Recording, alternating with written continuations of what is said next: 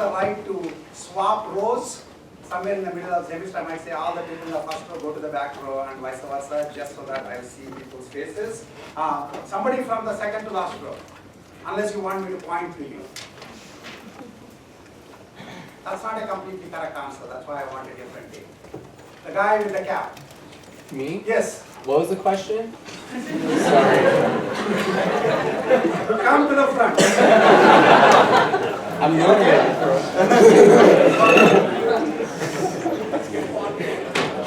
No. Third row from the back. I have no idea, so I have like a bunch of faces staring at me. I'm not really sure whether they're staring at me or they also kept their cell phone in the right place. What? First one doesn't matter. So, third row. Somebody. Yes, what's your name? My name is Dylan. I should have asked that other guy's name, don't you think? But anyway, go ahead.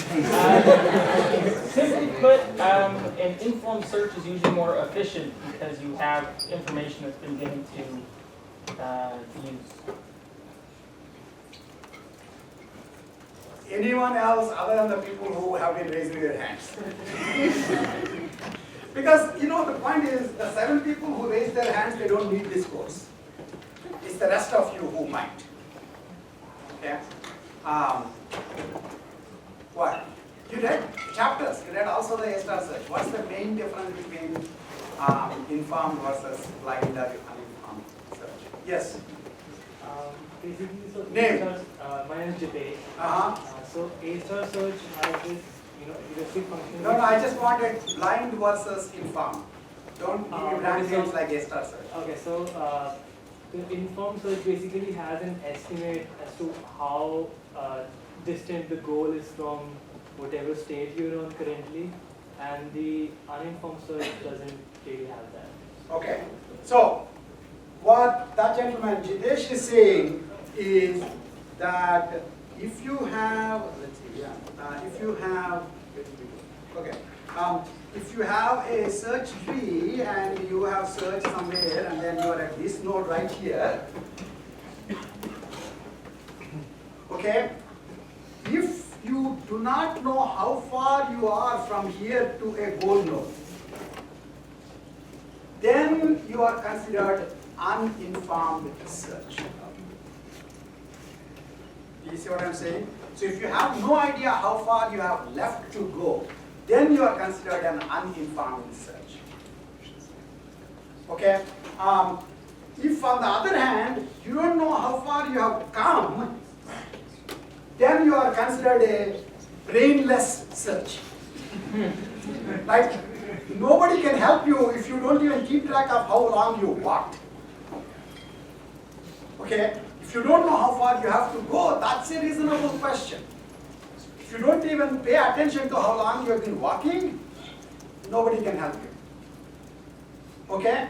So, in fact, it's very important to understand this because when you think of something like uniform cost search, right? If you think of something like uniform cost search, which by the way is a very bad name, because uniform cost search refers to a setting where the edges have non-uniform costs. Why did they name that? They were probably having some drugs at that time, so they named it that way. But uniform cost search essentially is a search algorithm, a search setting where the edge costs are non-uniform. They are not all 1 unit cost. Okay, some might be 15 units cost, some might be 17.3 units cost, some might be 14.9 units cost. Okay? Uniform cost search is an informed search or an uninformed search.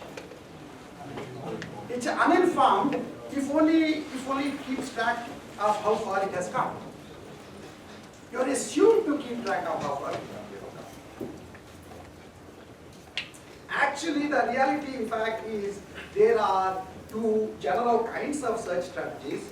One called systematic search, which is all the search strategies you have seen. Okay? Systematic search strategies happen to have a search tree. And the advantage of the search tree is that they will not go back to the same place that they have come. Because they know what part of the search space they have already explored. Okay? In the case of systematic search strategies, you should remember if you have a search tree, you should at least know how far you have come. Because you just add up the edge cost, you know how far you have come. Now, a large number of the people without taking this course may have done some random TensorFlow or something and have gotten interested in things like gradient descent. What sort of a search is gradient descent? So the problem with people being here is I'm actually only looking that side. So I have it in the purple. Yeah, go ahead. So gradient descent is having. So you have an answer for all the questions. You just have your hand raised. Go ahead. Go.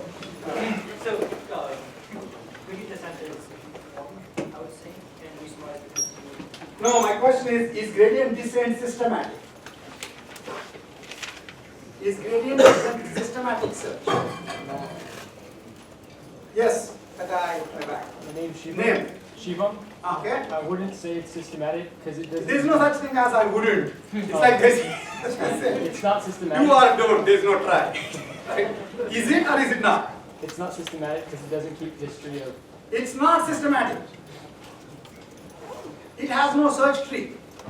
In fact, nobody who searches in continuous spaces will ever try to be systematic.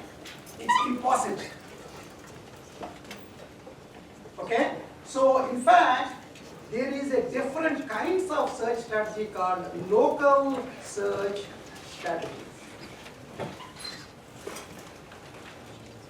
Just a second.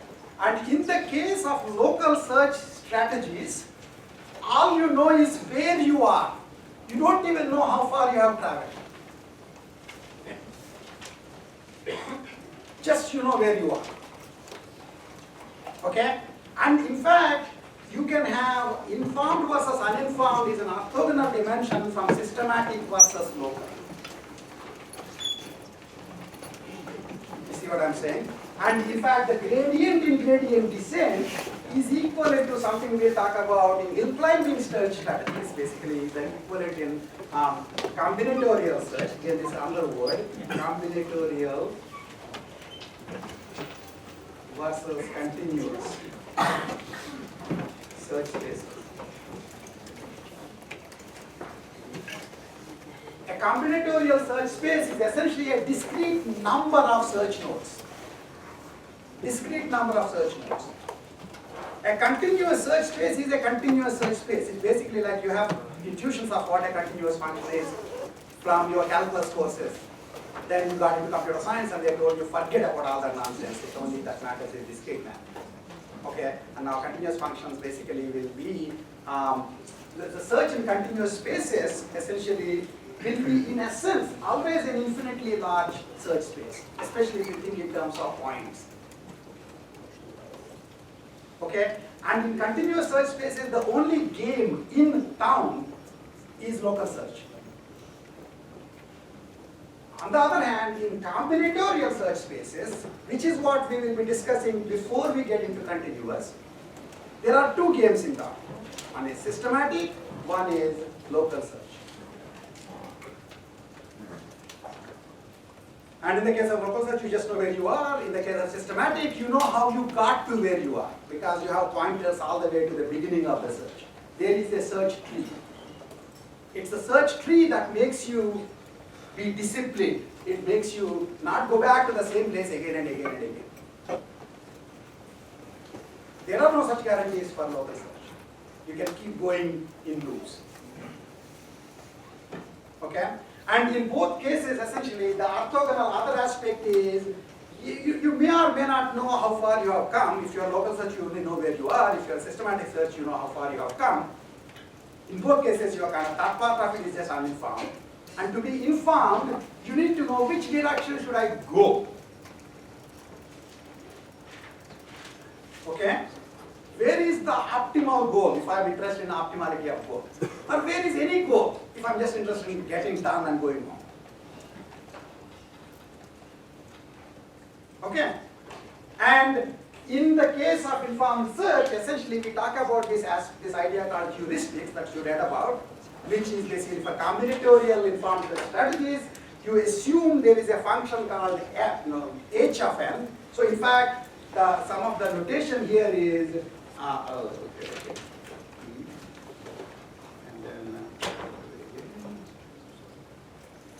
so some of the notation here is this is called cost of node. So this is, let's say this is n0, this is n1, etc. This is cn0, n1. That's the edge cost. And if you have an entire path from, starting from a root node to, let's say, this node n, the cost of that path is called g of n. G of n. Okay? And so, in fact, and then there is this issue of how far do you think you are from here to the goal node. This part, how far you have traveled, you should know exactly. If you have measuring instruments, you know how far you have traveled. This, on the other hand, is an estimate.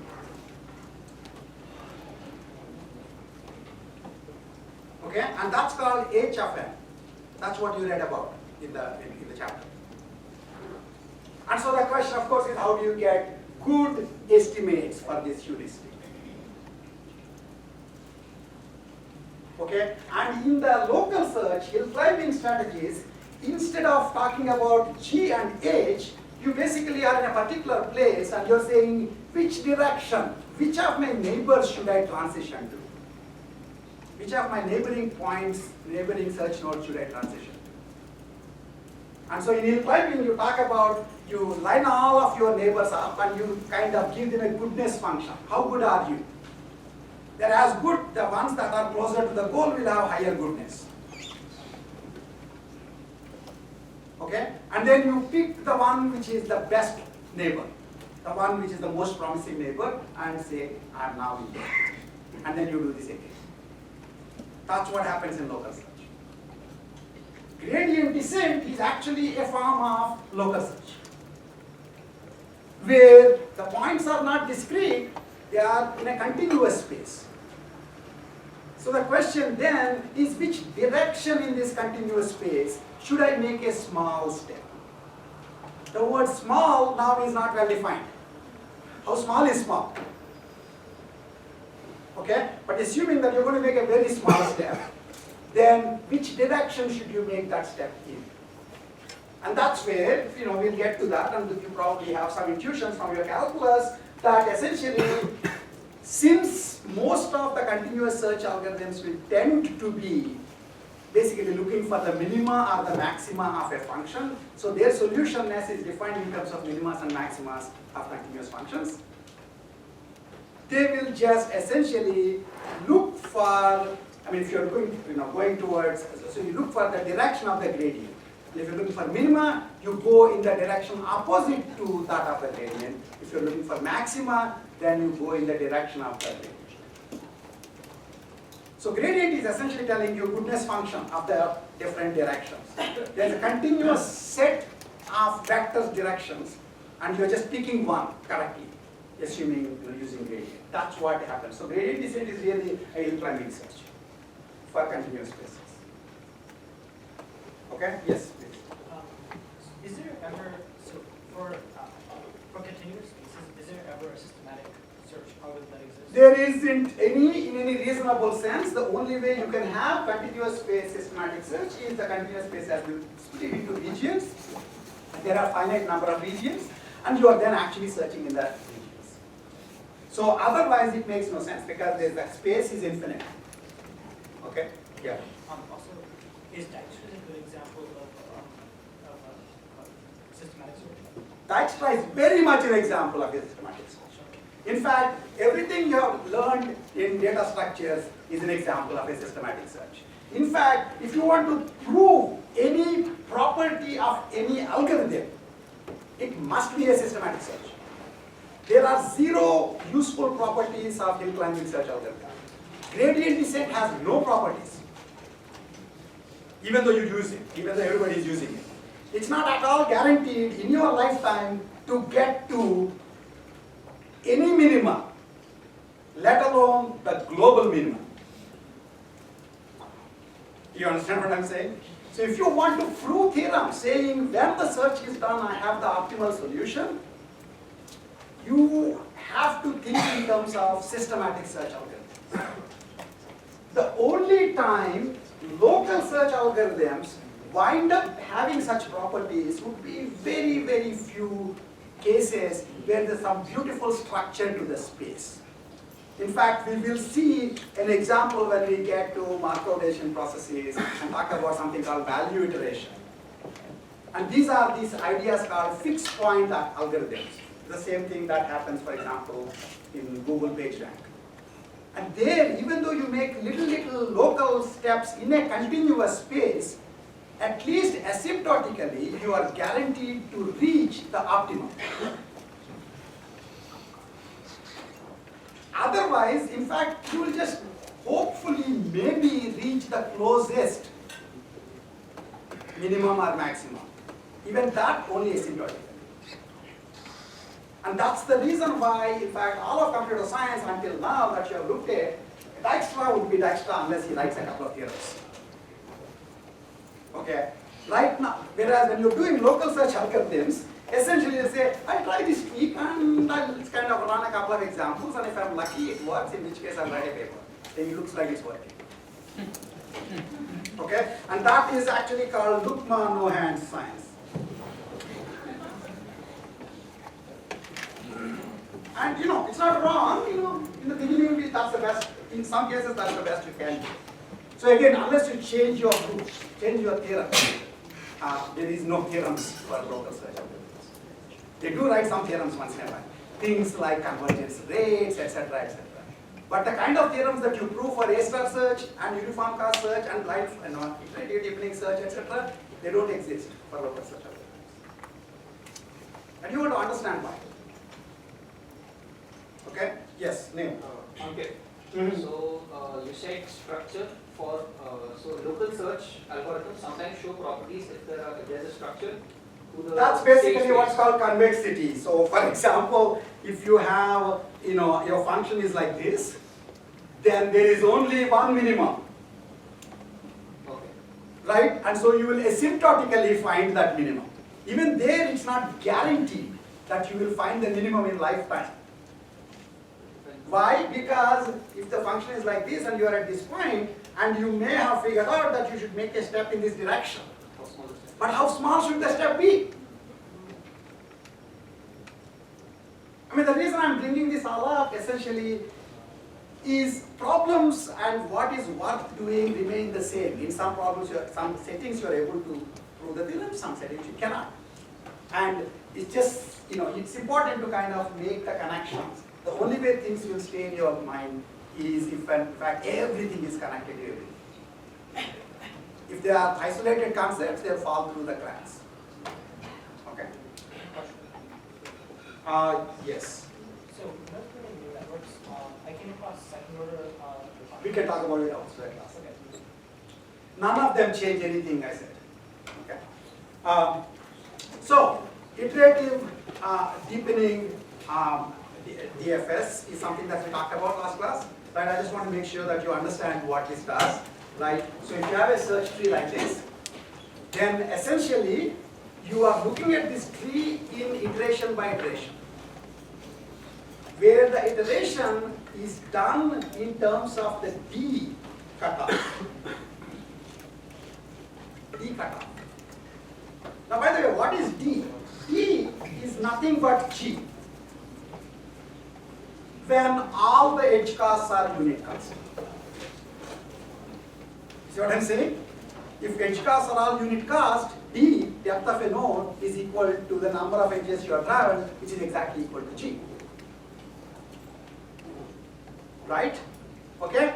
However, there is something interesting. Keep that in mind. When, in that special case, D is equal to G, keep that in mind. And so my question is, of course, how does IDFS work? It works by essentially starting with depth cutoff to be 0. And that means any node, so it's letting the search algorithm expand nodes. Anytime a new node comes, and its depth is greater than the depth cutoff, it says, no, you don't exist. Throw it out.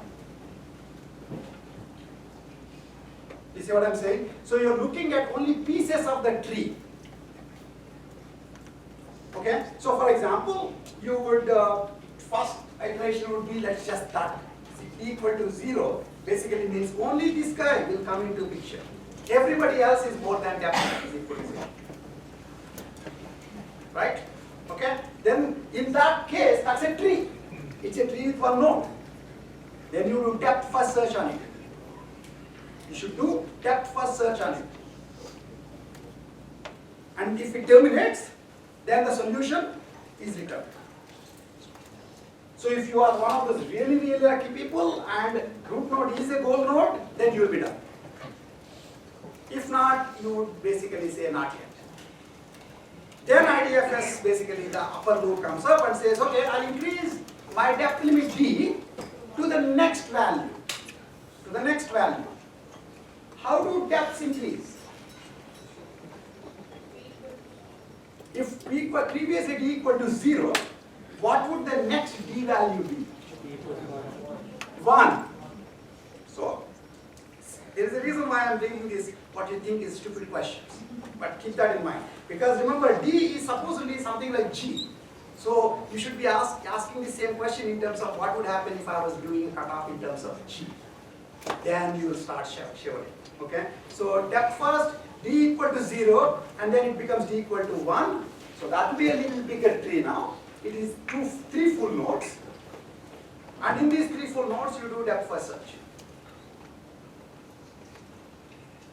If there is no goal, then you will again expand it. 3 full node, 3 depth, and this is a bigger tree. In this tree, you do depth first search. So notice actually the tree now is this.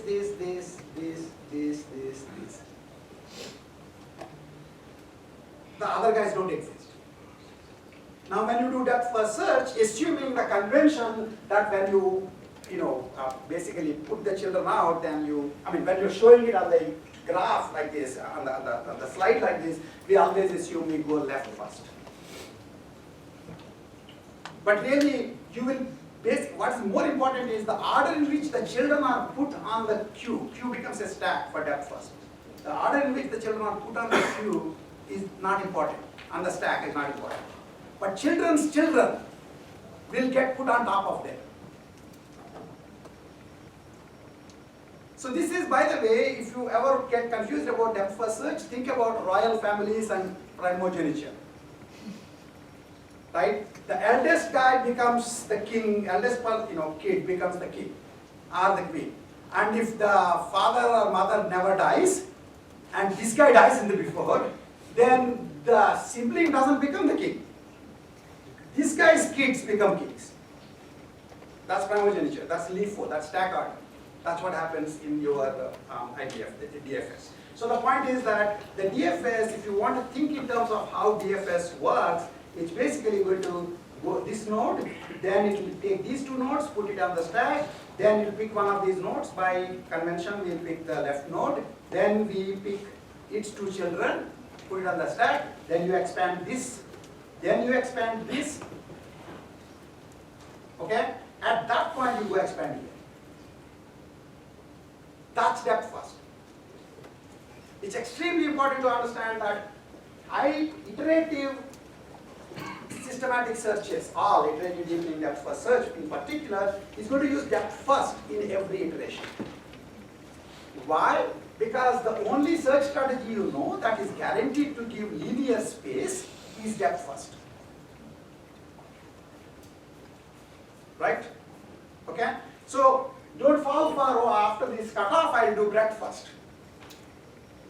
Because breadth first will always go, in this particular tree, depth first will go this level, then this level, then this level. And the problem with that, by the way, we all agreed that depth first has space problems. Does anybody remember why the space problems come?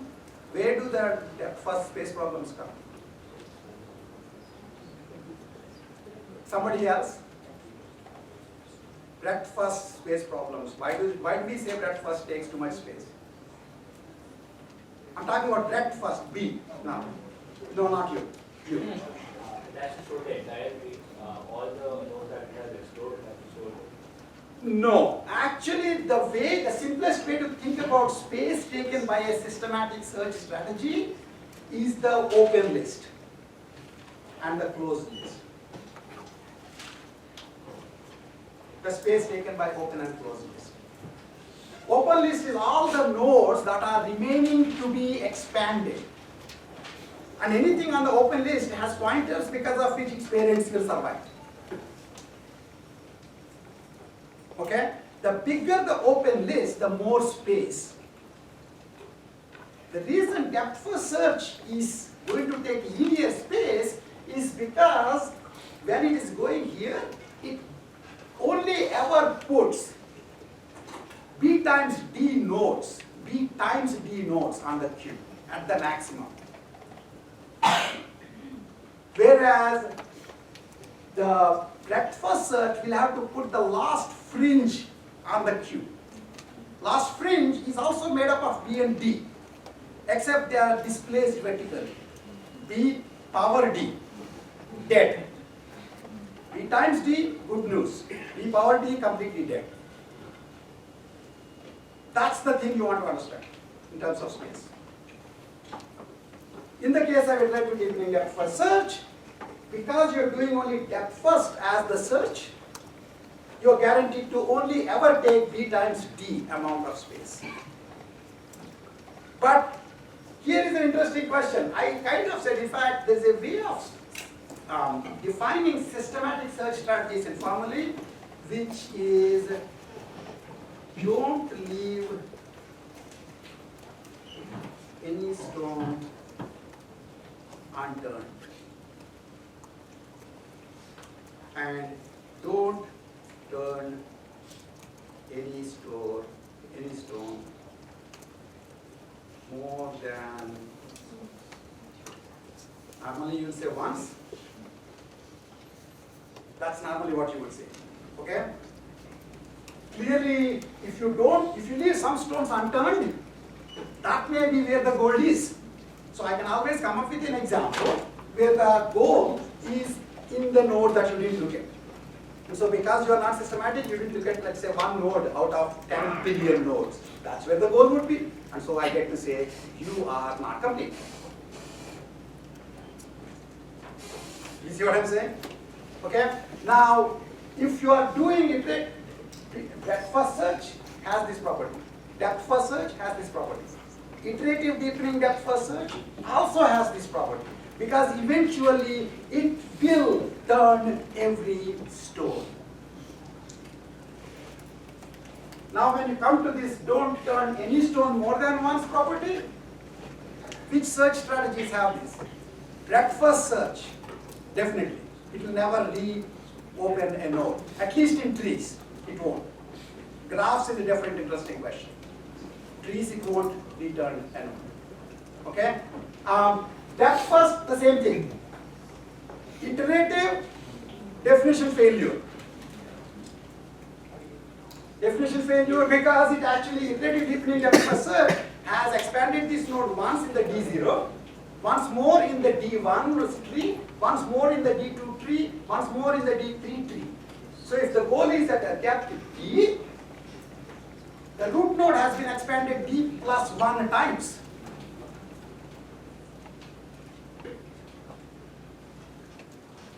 So that doesn't look like a systematic search. So I want to change my definition such that it becomes a systematic search. So what will I say? At most, more than k times, where k can be a large constant, can be a bounded constant.